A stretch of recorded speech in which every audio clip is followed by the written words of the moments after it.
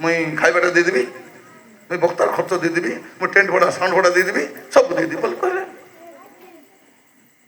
ସବୁ ଦିଆ ନିଆ କଥା ହେଇଗଲା ପରେ କହିଲେ ବକ୍ତାକେ ନିରଞ୍ଜନ ତୁରୁକ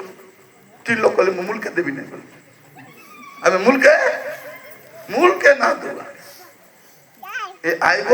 ମାଇକ୍ ଧରବ ଆମକେ ହୁଡ଼ବ ଆମେ ହୁଡ଼ା ଶୁଣବାକେ ଡାକବୁ। ସେ ଭିତରେ ଜଣେ ଦୁଇଟା ମାଇଜି ରଖିଛି ଗୋଟେ ମଦ ଦୋକାନ କରିଛି ଆଜି ଗୋଟେ ଲୋକ କି ବେପାର করছে জানা নাই সে মন মিটিং করবে আজ আমি যে প্রচার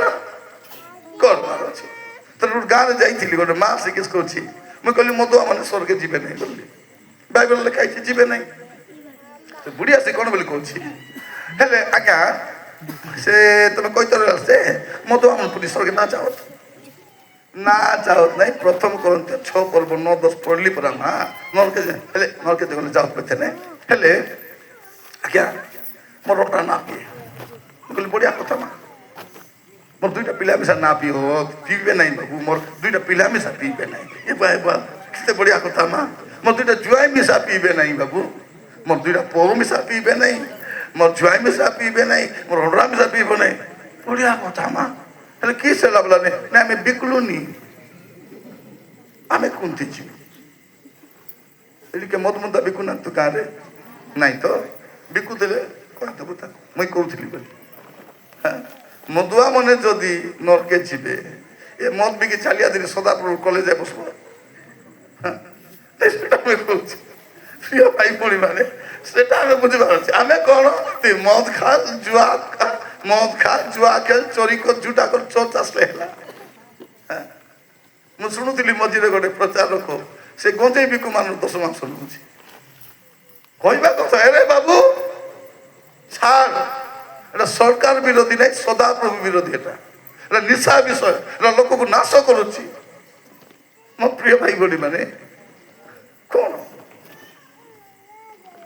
ପ୍ରଭୁ ସେମାନଙ୍କୁ ବିତାଡ଼ିତ କଲେ ତାପରେ ଦେଖିବେ ଆଉ ଜଣେ ଲୋକ ଆସିଲେ ଆଦମ ହବା ତ ବିଫଳ ହେଲେ ତାପରେ ଆଉ ଜଣେ ଲୋକ ଆସିଲେ ଆପଣ ଦେଖିବେ ଆଦି ପୁସ୍ତକ 5 ପର୍ବ ତାର 24 ପଦ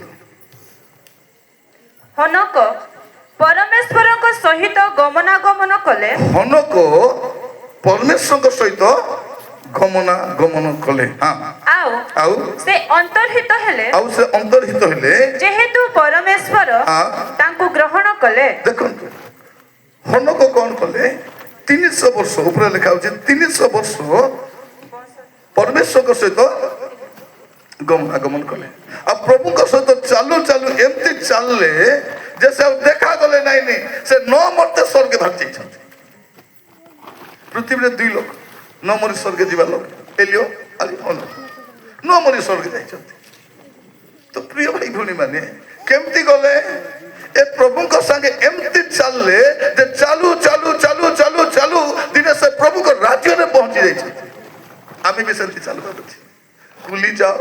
ଅଫିସକୁ ଯାଅ ବେପାର ଯାଅ ହାଟେ ଯାଅ ଯୋଉଠି ଯାଅ ପ୍ରଭୁଙ୍କ ସାଙ୍ଗେ ଚାଲିବାକୁ ଶିଖିବାର ଅଛି ଆଉ ଯେଉଁମାନେ ପରମେଶ୍ୱରଙ୍କ ସହିତ ଗମନାଗମନ କରିବେ ସେ ନ ମରି ସ୍ୱର୍ଗେ ଯିବେ ଆମେ କେମିତି ଯିବୁ ପ୍ରଭୁ ସବୁକେ ମରାଇବାରେ ସ୍ୱର୍ଗେ ନେବେ କି ନାଇଁ ମରାଇ କରି ନେବେ ନାହିଁ ଏବେ ପ୍ରଭୁଙ୍କର ଆସିବାର ଟାଇମ୍ ହେଇଗଲା ମୁଁ କହୁଥିଲି ଏ ଜୟପୁରରେ ମୋର ଘର 53 ବର୍ଷ ହେଲା ଜୟପୁରରେ ଅଛି ଆଜି ଆସିଛି କେତେ କିଲୋମିଟର 15 କିଲୋମିଟର ଏ ବାଟେ କେତେ ଯାଇଛି ହିସାବ ନାଇଁ ପେରାହାଣ୍ଡି ଯାଏ ଆସିଥିଲି ବବଲିନ୍ ବିଷୟ ଆଣିଥିଲେ ପେରାହାଣ୍ଡି ସେଟା ମୋର ଲାଷ୍ଟ ଥିଲା ପ୍ରଭୁ କହିଲେ ନାଇଁ ନାଇଁ ସେ ବାଟେ ବି ଗୋଟେ ଗାଁ ଅଛି ବେଥାନିଆ ସେଠି ତୁଇ ଯିବାର ଅଛି ମୋର ପ୍ରିୟ ଭାଇ ଭଉଣୀ ମାନେ ଭାବି ଦେଖନ୍ତୁ ଏଟା ପରମେଶ୍ୱରଙ୍କ ଯୋଜନା ଅଟେ ଆମେ ଯେମିତି ଜୀବନ କାଟୁଛୁ ଆମେ ଯୁଆଡ଼େ ଯୁଆଡ଼େ ଯାଉଛୁ ମତେ ଲୋକ ଡାକବା ପାଇଁ କାହିଁକି ଡରୁଛନ୍ତି ବୋଲେ ଆଜ୍ଞା 50-100 ଲୋକ ଆଇବ କି ଆଜ୍ଞା 50-100 ନାଇଁ 20 ଲୋକ ପାଇଁ ଡାକ ମୁଁ ଆଇବି ବେଶୀ ନାଇଁ 20 ଲୋକ ଥିଲେ ମିଶା ଆଇବି 5 ଲୋକ ଥିଲେ ମିଶା ଏଟା ମୁଁ ଯୀଶୁଙ୍କଠାରୁ ଶିଖିଛି ପ୍ରଭୁ ଯୀଶୁ 5,000 ଲୋକ ବି ପ୍ରଚାର କରିପାରିବେ ଜଣଙ୍କ ପାଖରେ ମିଶା ପ୍ରଚାର କରିପାରିବେ ଆଉ ଯେତେବେଳେ ମିଶା ପ୍ରଚାର କରିପାରିବେ ରାତିରେ ଜଣେ ଆସୁଛନ୍ତି ପ୍ରଭୁ କଥା ହେଉଛନ୍ତି ଜଣେ ଲୋକ କାନ୍ଦୁଛି ନଦୀ ସେପଟେ ପ୍ରଭୁ ତା ପାଖକୁ ଯାଉଛନ୍ତି ସେ ସମାଧିରେ ରହି ପାଟି କରୁଛି ଗୋଟେ ସ୍ତ୍ରୀ ଲୋକ ପାପରେ ଅଛି, ପ୍ରଭୁ ତାକୁ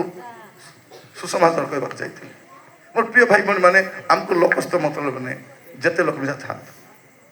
ପ୍ରଭୁ ଆମମାନଙ୍କୁ ଅନୁଗ୍ରହ କରନ୍ତୁ। ଆଜି ବସିଲା ବେଳକୁ ଆଦମ ହବା ପ୍ରଭୁ ସାଙ୍ଗେ ଚାଲି ପାରିଲେ ନାହିଁ, କିନ୍ତୁ ହନକ ତାଙ୍କର 65 ବର୍ଷ ହେଇଥିଲା, 65 ବର୍ଷ ହେଇଥିଲା,